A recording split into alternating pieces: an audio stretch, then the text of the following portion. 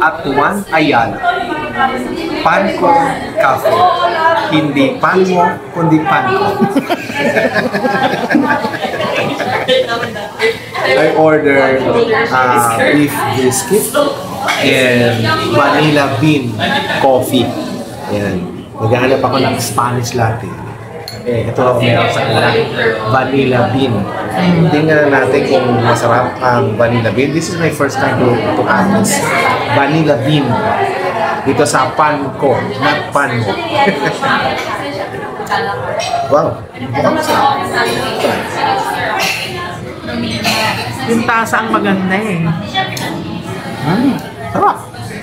Ha? Feeling ko may bago na akong favorite. Eh. Hindi nga. Vanilla bean na. Masarap siya. Oh, papatikman ko si mamaya pag malapit na maubos.